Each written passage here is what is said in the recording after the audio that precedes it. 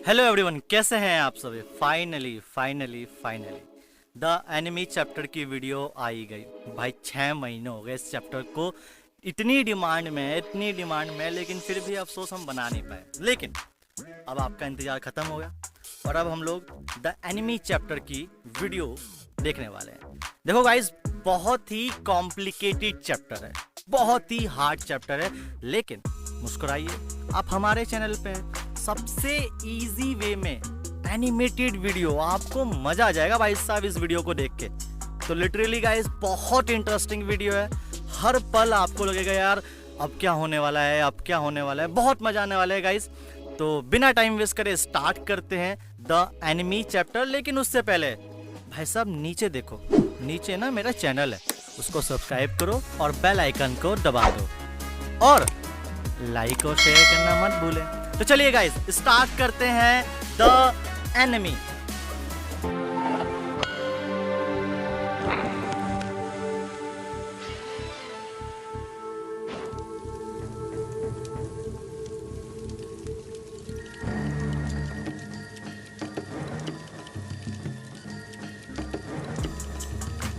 मेरा नाम है डॉक्टर सडाव। मैं एक जापानीज हूँ। मेरा घर जापान के एक आइलैंड पे था। ये घर पूरे जापानीज स्टाइल में एक बड़े से रॉक के ऊपर बनाया गया था। मेरा पूरा बचपन इसी आइलैंड पे गुजरा। यहाँ के पेड़ों पे मैं बचपन में चढ़ा करता था, यहीं मैं खेला करता था। मुझे आज भी याद है, मेरे डैड हमेशा मुझे एक आइलैंड पे ले जाया करते थे और मुझसे कहते थे, बेटा बेटा ये जो जगह है ना, ये जापान का फ्यूचर डिसाइड करेगा। और मैं उनसे हमेशा पूछता कि डैड ये फ्यूचर कहाँ जाएगा। मुझे क्या पता बेटा, लेकिन फ्यूचर का और कामयाबी का कोई ठिकाना नहीं होता।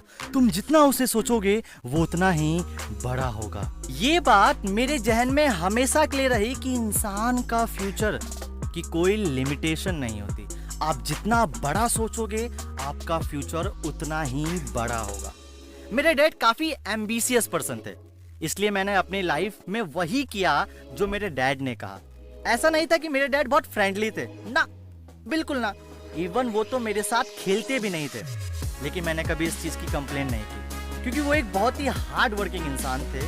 आज मैं जो कुछ भी हूँ उनकी वजह से हूँ। उनका ही सपना था कि मैं एक दिन बहुत बड़ा डॉक्टर बनूं, इसलिए उन्होंने मुझे 22 साल की उम्र में अमेरिका भेज दिया ताकि मैं वहाँ डॉक्टरी की पढ़ाई कर सकूं। और आपको पता है, जब मैं 30 साल का हो गया तो मैं वहां से वापस आया, जापान वापस आया, और फाइनली मैंने उनका सपना पूरा कर दिया। मेरे डैड शुरू से ही ये चाहते थे कि मैं जापान का नंबर 1 सर्जन बनूं, तो उनके इस दुनिया को छोड़ के जाने से पहले मैं जापान का नंबर 1 सर्जन और साइंटिस्ट भी था। अब आप सोचोगे कि साइंटिस्ट कैसे यार, तो मैं आपको बता दूं, मैं एक खोज कर रहा था कि किसी भी इंसान की चोट को पूरी तरीके से कैसे ठीक किया जा सकता है। आज जापान वर्ल्ड वॉर 2 में फंसा हुआ है। इस वक्त इस खोज का सफल बनना अपने आप में एक बहुत बड़ी कामयाबी होगी जापान के लिए। अब आप सोच रहे होंगे कि अच्छा, अगर वर्ल्ड वॉर चल रहा है तो मेरा काम बैटलफील्ड में आर्मी के साथ है, तो मैं यहाँ क्या कर रहा हूँ। तो मैं आपको बता दूं, इसके 2 रीजन है। पहला ये कि अगर मैं बैटलफील्ड में गया आर्मी की हेल्प करने के लिए, तो मैं यहाँ पे रह के ये खोज जारी नहीं रख सकता। और दूसरा रीजन है जापान का जनरल, हाँ जी, जापान का आर्मी का जनरल, उसको हार्ट की प्रॉब्लम है और वो काफी बीमार रहता है और उसको हर वक्त सर्जरी की जरूरत पड़ती है। इसीलिए ये दोनों काम के लिए मुझे जापान में रखा गया। खैर मैं भी किन बातों में लग गया। मैं अपने आइलैंड के बारे में बता रहा था। कितना ब्यूटीफुल प्लेस है ना यार ये। इमेजिन करो, हर जगह ये आइलैंड जिसपे मेरा घर है, और घर के चारों तरफ एक ब्यूटीफुल गार्डन, गार्डन के आगे इतना बड़ा समुद्र, क्या बात। और आजकल तो समुद्र के ऊपर काले बादल भी नजर आते हैं, और शाम के टाइम यहाँ पे फॉग भी काफी पड़ती है। शाम में ठंडी ठंडी हवाएं, ये फॉग, ओए होए क्या नजारा होता है यार ये।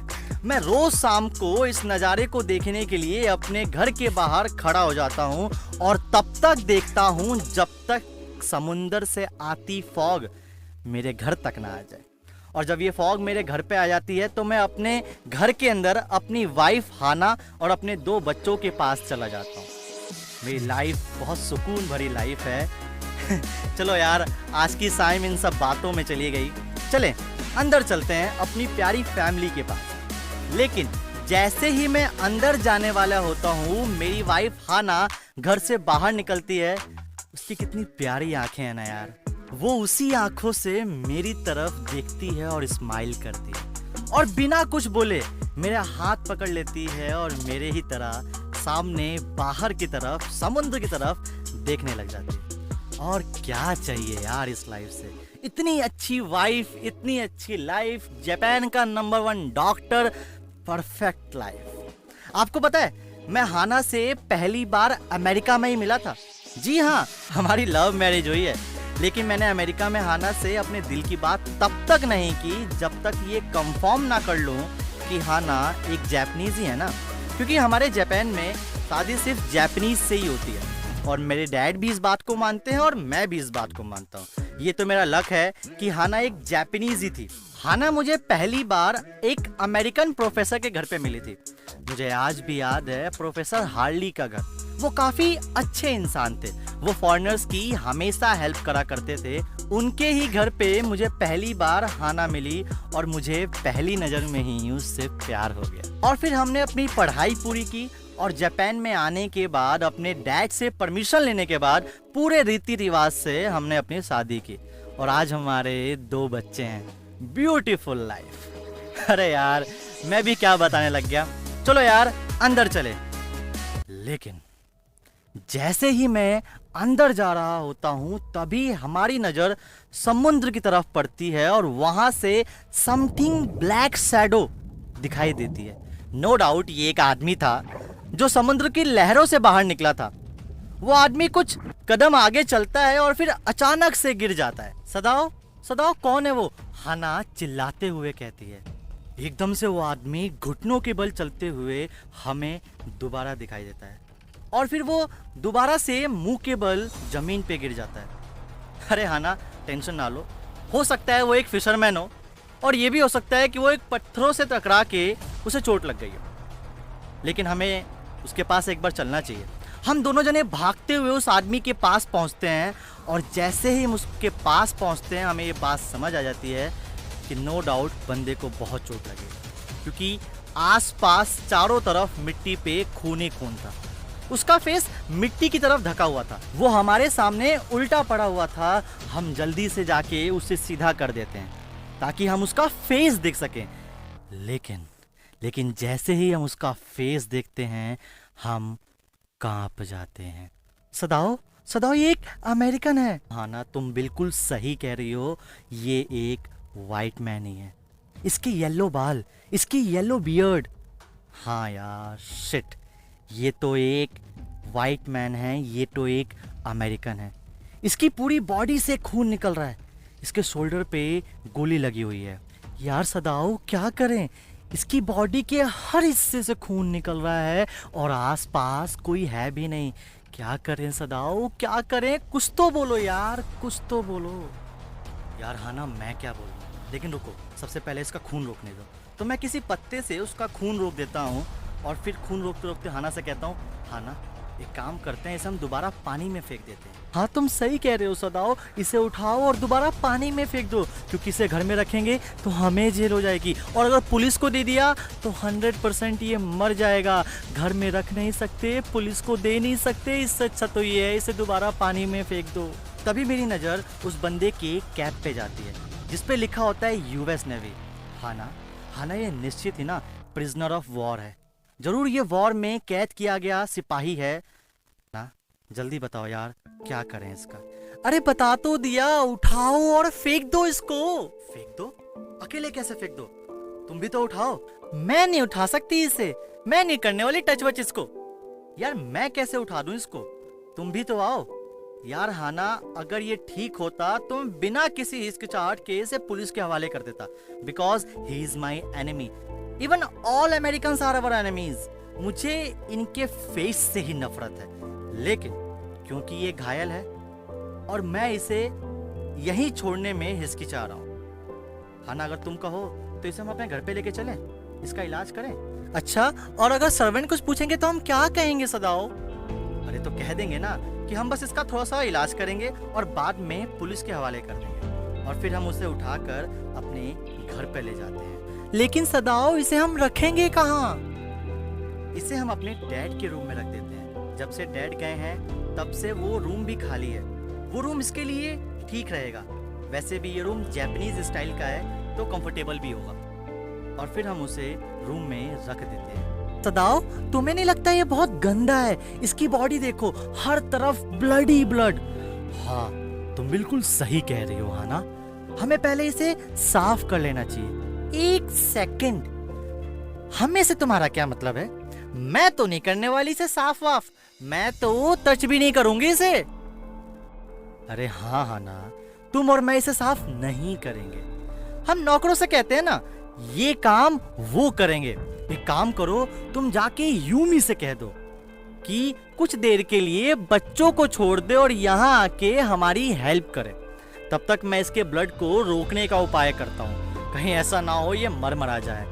मैं अपना हाथ उसके सीने पे रखता हूँ और देखता हूँ कि हाँ, अभी भी दिल की धड़कनें चल रही हैं, लेकिन अगर ऐसा ही चलता रहा तो ये बहुत जल्दी मर जाएगा। लेकिन यार सदाओ, अगर मैंने इसका इलाज भी कर दिया तो क्या ये बच पाएगा? क्या ये जिंदा रह पाएगा? क्या यहाँ के लोग इसे छोड़ देंगे? अब खैर, इन सब सवालों का जवाब मैं नहीं दे पाऊंगा, लेकिन हाँ, एक जवाब मेरे पास है कि मुझे अभी कुछ ना कुछ जरूर करना पड़ेगा। मैं इसे ऐसे नहीं छोड़ने वाला। उधर हाना एक रूम में जाती है यूमी के पास और कहती है, यूमी, तुम ये सब काम छोड़ो और मेरे साथ चलो। मैं उसे लेके किचन में जाती हूँ और वहाँ कुक और गार्डनर को भी बुला लेती हूँ। उनको ये सारी बातें मैं जब बताती हूँ तो वो सब डर जाते हैं। ओल्ड गार्डनर मेरे से कहता है कि आप लोगों को उसे बचाना नहीं चाहिए था। यार, ये सब बातें होती रहेंगी। यूमी, तुम सबसे पहले मेरे साथ चलो और सुनो, अपने साथ एक गर्म पानी और टॉवल भी ले आना और जल्दी आओ व्हाइट मैन के रूम में। ओ मेम साहब, मैं नहीं जाने वाली वहाँ, मैं नहीं करने वाली साफ वाफ इस आदमी को। यूमी, तुम मेरी नौकरानी हो। हाँ तो मैं तुम्हारी नौकरानी, तो क्या कुछ भी करवा लोगे? मैं नहीं आ रही ना। इससे ना आर्ग्यूमेंट मत कर, कहीं ये जाके किसी को कंप्लेन कर देगी तो हमें दिक्कत हो जाएगी। ओके यूमी, तुम मत करो। वैसे भी इसके ठीक होते ही हम इसे पुलिस के हवाले कर देंगे। तुम एक काम करो यूमी, तुम जो काम करती हो जाओ वही काम करो। यूमी को क्या लगता है, क्या मैं ये काम नहीं कर सकती? बेवकूफ लोग, मैं बहादुर लड़की हूँ, मैं ये काम कर लूंगी। हाँ हाँ ना, मैं ये काम कर लूंगी। आखिर ये एक इंसान ही तो है। व्हाइट मैन है तो क्या हुआ, है तो एक इंसान ही। फिर मैं गर्म पानी लेके उसके फेस को और उसकी बॉडी को साफ करती हूँ। अरे हाना, तुम इस काम को खुद क्यों कर रही हो? एक सेकंड, सबसे पहले तुम मुझे ये बताओ, तुम गए कहाँ थे? अरे मैं एक सर्जरी का सामान लेने गया था। चलो सुनो, तुम जल्दी से एक साफ टॉवल लेके आओ और हम लग जाते हैं इसकी बॉडी के ऑपरेशन में। यार, इस बंदे को काफी ज्यादा चोट लगी है, हर तरफ से खून निकल चुका है। हाना सुनो, मेरी बात सुनो, अगर ये चिल्लाए चीखे तो उसे बेहोशी की दवाई दे देना। पर मुझे तो देना ही नहीं आता। अरे बहुत आसान है हाना, मैं बता दूंगा, लेकिन पहले इसकी बॉडी से एक गोली निकालना बहुत जरूरी है। कितना खून निकल रहा है यार इसकी बॉडी से। ये देखकर हाना का फेस पीला पड़ जाता है और उसे उल्टी आने लगती है। जैसे ही वो उल्टी करके आती है, इस बीच वो अमेरिकन चिल्लाता है और मेरी बहादुर बीवी रूम में आके कहती है, बताओ कहाँ है बेहोशी की दवा? मैं इसे दूंगी, लेकिन मुझे ये भी बताओ इसे देते कैसे हैं? हाँ ना, बहुत ही आसान है। एक कॉटन पे इस दवाई को छिड़को और इसके मुंह पे रख दो। अपनी वाइफ का ये बहादुर चेहरा देख के मैं खुश हो जाता हूँ। तभी मुझे एकदम से उसकी बॉडी से गोली मिल जाती है। ओ माय फ्रेंड, मुझे ये गोली मिल गई है, ये किडनी के पास है। फाइनली गोली तो निकल गई। अब मैं उसे एक इंजेक्शन देता हूँ ताकि इसका पल्स रेट बढ़ सके। और फिर जहां जहां से खून निकल रहा था वहां वहां मैं पट्टी कर देता हूं और फिर थोड़ी ही देर में इस अमेरिकन को हल्का सा होश आ जाता है और वो अपनी टूटी टूटी आवाज में कहता है, मैं कहाँ हूं? और वो हमें देख के डर जाता है। तभी हाना कहती है, डरो मत, हम कुछ भी नहीं करने वाले आपके साथ। और फिर मैं उसे अपने हाथों से थोड़ा सा खाना खिलाती हूँ और ये सोचती हूँ कि मुझे नफरत है इस इंसान से, मुझे ये काम करते हुए बहुत बुरा लग रहा है, लेकिन पता नहीं मैं ये काम क्यों कर रही हूँ। खैर मैं अपने आप को समझाती हूँ कि हाँ ना, कोई बात नहीं, ये अमेरिकन जल्दी ही ठीक हो जाएगा। वो अमेरिकन हमसे पूछता है कि तुम मेरे साथ क्या करने वाले हो। देख हीरो, हमें खुद नहीं पता कि हम तेरे साथ क्या करने वाले हैं, पर हाँ अभी तो तेरा इलाज कर रहे हैं, तो चुपचाप अपना इलाज करवा और अभी इस वक्त सो जा और हम तेरे रूम से बाहर जा रहे हैं। यार हाना, हमने ठीक किया ना? देख, हमें सिखाया गया है कि हमें हर उस इंसान की मदद करनी चाहिए जो घायल हो, अब चाहे वो दुश्मन ही क्यों ना हो, चाहे वो एनिमी ही क्यों ना हो। है ना? बता ना, हमने ठीक किया ना? हाँ सदाओ, यू आर राइट, हमने बहुत ठीक किया, लेकिन यहाँ के लोग, यहाँ के सर्वेंट्स हमारी बात नहीं समझेंगे सदाओ। अगले दिन सभी सर्वेंट्स गार्डन में एक मीटिंग करते हैं। ओल्ड गार्डनर कहता है, मैं इसके पापा के टाइम से इसे जानता हूँ, वो काफी अच्छे इंसान थे, लेकिन सदाओ भी अच्छा इंसान है नो डाउट, लेकिन इसे इस इंसान को बचाना नहीं चाहिए था। कुक कहता है, भाई तुम सही कह रहे हो, मुझे लगता है डॉक्टर सडाओ अपनी एबिलिटी पे ना कुछ ज्यादा ही घमंड करता है कि वो किसी की भी चोट को ठीक कर सकता है। डॉक्टर सडाओ, हाँ और क्या, इन लोगों ने ये भी नहीं सोचा कि मान लो अगर इनके साथ कुछ हो जाएगा तो बेचारे 2 बच्चों का क्या होगा। खैर गाइस, इन सब बातों के अलावा धीरे धीरे अमेरिकन ठीक हो रहा था।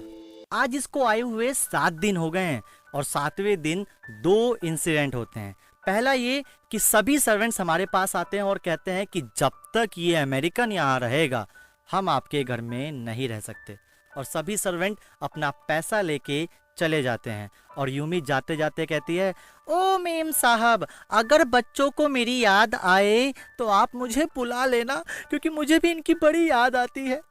ठीक है यूमी, रो मत, जब भी बच्चों की तुम्हारी याद आएगी हम तुम्हें बुला लेंगे। यार सदाओ, तुम जल्दी से कुछ सोचते क्यों नहीं हो? आखिर क्या करना है इस अमेरिकन का, क्या करना है इस प्रिजनर ऑफ वॉर का? अब मैं क्या बोलता उसे यार, मुझे खुद नहीं पता क्या करना है इस अमेरिकन का। लेकिन गाइस, मैंने आपको बताया था इस दिन 2 इंसिडेंट होते हैं। पहला इंसिडेंट कि सभी नौकर घर छोड़ के चले जाते हैं, और दूसरा इंसिडेंट शाम को दरवाजे पे कोई आता है। कौन है? कौन है? मैं, आर्मी मैन, बाहर आइए जरा। 1 सेकंड, मैं अभी डॉक्टर सदाओ को बुला के लाती हूँ। यार सदाओ देखो, बाहर आर्मी मैन आया है। पक्का सर्वेंट्स ने जाके बता दिया सदाओ, अब क्या करें? तुम टेंशन मत लो, मैं देखता हूँ। हाँ जी बताइए क्या काम है? अरे जल्दी से हमारे साथ चलो, अभी जनरल को अटैक आया है, इससे पहले उसे कुछ हो जाए, जल्दी से तुम मेरे साथ चलो। अच्छा, आप इसलिए आए हैं? मतलब ये कम बात है, आपको ये आसान लगता है कि जनरल को अटैक आया? नहीं नहीं नहीं नहीं, मुझे माफ कीजिएगा, मैं तो ऐसे ही पूछ रही थी कि आप क्यों आए हो। ठीक है सदाओ, आप जाओ, मैं संभाल लूंगी यहाँ पे। हाँ हाँ ना, तुम संभाल लेना। चलो आर्मी मैन, जनरल के पास लेके चलो। गाइज, अब ये जो सीन है ये जनरल के रूम का है। सदाओ मैं बच जाऊंगा ना? हाँ सर, आप बच जाओगे, लेकिन अगर आपको एक और अटैक आया तो बचना मुश्किल हो सकता है। यार ऐसा मत कहो, मेरी जान बचा लो, उसके बदले तुम जो कहोगे मैं कर दूंगा। सर पक्का? पक्का अगर मैं आपकी जान बचा लूं तो उसके बदले मैं जो कहूं आप करोगे? हाँ पक्का, तुम बताओ तुम्हें क्या चाहिए। फिर मैं जनरल को सारी बातें बता देता हूँ। बस इतनी सी बात। अरे तुम टेंशन मत लो, तुम्हें मैं कुछ भी हो जाए जेल नहीं जाने दूंगा। एक काम करते हैं, उसको मरवा देते हैं। मेरे कुछ बंदे जानने वाले हैं, मैं उनको भेजूंगा। वो रात को तुम्हारे घर पे आएंगे और उसे मार के चले जाएंगे। किसी को पता भी नहीं चलेगा। लाइक ये तो वही बात हो गई कि सांप भी मर जाएगा और लाठी भी नहीं टूटेगी। तुम बस एक काम करो, तुम अपने घर का मेन गेट या उसके रूम का मेन गेट खोल के सोना। अरे सर, मैं तो दरवाजा खोल के ही सोता हूँ। थैंक यू सो मच, आपने मेरी प्रॉब्लम सॉल्व कर दी। कोई बात नहीं भाई, बस मुझे बचा लेना। नहीं नहीं सर, मैं आपको कुछ नहीं होने दूंगा। लेकिन यार, अगर हाना ने पूछा कि कहाँ गया प्रिजनर ऑफ वॉर, क्या कहूंगा फिर मैं? मैं कह दूंगा कि हो सकता है वो भाग गया हो। मैं हाना को इस बारे में कुछ नहीं बताऊंगा। अब गाइज, ये जो सीन है ये सदाव के घर का सीन है। फाइनली आज इस बंदे से हमेशा हमेशा के लिए मुझे मुक्ति मिल जाएगी। उस रात मैं उसके दरवाजे को खोल के सोता हूँ और मुझे लगता है कि हाँ, अब बंदे आएंगे और इसे मार के चले जाएंगे। रात को बहुत अजीबोगरीब आवाज आती है उसके रूम से और मैं समझ जाता हूँ कि बंदे आए और उसको मार के चले गए। लेकिन जैसे ही मैं सुबह उठता हूँ, मैं देखता हूँ बंदा तो वैसे ही सोया हुआ है। इवन आज तो हेल्दी भी लग रहा है मुझे। ये क्या हुआ? क्या जनरल ने बंदे नहीं भेजे? मे भी हो सकता है आज रात को भेजे। आज रात को भी मैं दरवाजा खोल के सोता हूँ, लेकिन आज रात भी कोई नहीं आता। सुबह देखता हूँ बंदा वैसे ही लेटा हुआ है। यार आज भी नहीं आया, हो सकता है आज रात को आ जाए।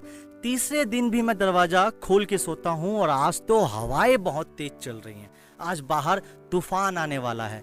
रात को उसके रूम से बहुत ज्यादा आवाजें आती हैं और हाना उठ जाती है और हाना कहती है, सदाव सदाव, उसके रूम से बहुत ज्यादा आवाजें आ रही हैं, तुम जल्दी उठो सदाव, मुझे बहुत डर लग रहा है। हाना, चुपचाप सो जाओ। नहीं सदाव, उसके रूम से आवाजें आ रही हैं। हाना, चुपचाप सो जाओ। ठीक है सदाव, मुझे पता है कि प्रिजनर ऑफ वॉर अब मारा जा चुका है, लेकिन जैसे ही मैं सुबह उठता हूँ देखता हूँ कुछ भी नहीं हुआ। यार फिर ये आवाजें कहाँ से आ रही थी? अच्छा, ये तूफान की आवाज थी रात को। यार अब मैं और रिस्क नहीं ले सकता। ये बंदा भी ठीक हो रहा है, ठीक है, और इसको रखना मेरे लिए आसान बात नहीं है। सुन प्रिजनर ऑफ वॉर, इधर आ। देख भाई, तू ठीक हो चुका है, अब तू यहां से चला जा। लेकिन भैया मैं जाऊंगा कहाँ? अरे सुन, सामने एक आइलैंड दिख रहा है, तू वहां चला जा। वहां से दूसरी तरफ जाइयो, एक कोरियन फिशिंग बोट आती जाती रहती है। तू किसी भी कोरियन फिशिंग बोट पे चढ़ जाइयो और वहां से जहां तुझे जाना हो चला जाइयो। लेकिन भैया मैं उस आइलैंड पे कैसे जाऊंगा? टेंशन मत ले, मेरे पास इसका भी इलाज है। ये देख, ये है बोट। तो इस बोट को लेके उस आइलैंड पे चला जा। और सुन, ये ले कुछ खाना, अगर तुझे भूख लगे तो खाना खा लियो। और ये ले एक टॉर्च। भैया ये टॉर्च किस लिए? अरे सुन, मैं रोज शाम को यहाँ खड़ा होता हूँ इस मौसम को देखने के लिए। आज शाम को भी खड़ा हो जाऊंगा। मान ले तू उसी आइलैंड पे हुआ और खाना वाना खत्म हो गया हो, तो तू 2 फ्लैश जला दियो, मैं समझ जाऊंगा तू उसी आइलैंड पे है, हम तुझे खाना भिजवा देंगे, ठीक है। लेकिन भाई मेरी बात सुन, चाहे कुछ भी हो जाए आग मत जलाइयो। कहीं तू सोचे कि मैं मछली उछली पकड़ के खा लूँ ऐसा वैसा, तो ठीक है खा ले, कोई दिक्कत नहीं है, लेकिन आग मत जलाइयो। अगर तू आग जलाएगा, धुआं होगा, कोई ना कोई तुझे पकड़ लेगा। और भाई यहाँ से निकल जा। थैंक यू भैया, भैया आपने मेरी बहुत मदद की है, इसके लिए दिल से थैंक यू। बस बस बस बस, ज्यादा हिंदी मत बोल, तू एक अमेरिकन है। नहीं भैया, थैंक यू भैया। बस भाई, अब क्या रुलाएगा क्या? चल एक काम कर, चला जा। ठीक है भैया। अच्छा भैया, नमस्ते भैया। फाइनली प्रिजनर ऑफ वॉर अपने घर चला जाता है। अब एक दिन जनरल मुझे बुलाता है, उसको दोबारा हार्ट अटैक आता है। जनरल मुझसे कहता है, अरे उस प्रिजनर का क्या हुआ? अरे तुम मत बोलो यार। अरे बताओ तो क्या हुआ? चला गया वो बंदा। लेकिन मैं तो बंदे भेजने वाला था। हाँ तो तुमने बंदे भेजे नहीं ना, चला गया वो अपने आप। अच्छा अच्छा सदाओ, मेरी बात सुनो, मैं भूल गया क्योंकि मेरी हेल्थ बहुत खराब थी। तुम ये बात किसी को कहोगे तो नहीं? अरे जनरल भाई साहब, तुम टेंशन मत लो, मैं ये बात किसी को नहीं कहूंगा कि मैंने एक एनिमी की मदद की। Thank you so much guys, finally ये चैप्टर कंप्लीट होता है। उफ, भाई साहब बहुत बुरा हालत हो गई है इस चैप्टर को बनाने में। इसका बिहाइंड द सीन मैं जरूर डालूंगा, कितने पसीनों में बनाया है मैंने इस चैप्टर को। स्टूडियो में हमारा एसी खराब हो गया था, पर गाइस कहीं ना कहीं आप लोगों के लिए मैंने ये मेहनत की है। ठीक है, बहुत प्यारा चैप्टर है, इवन आपको बहुत मज़ा आया होगा। और अगर मज़ा आया है तो भाई लाइक शेयर ज़रूर करो, क्योंकि आपका लाइक शेयर मेरे लिए मोटिवेशन है। Thank you so much guys. और हाँ, नीचे डिस्क्रिप्शन पे बहुत सारे लिंक हैं, उसे ज़रूर क्लिक करो, बहुत कुछ जानने को मिलेगा। Thank you so much guys, bye.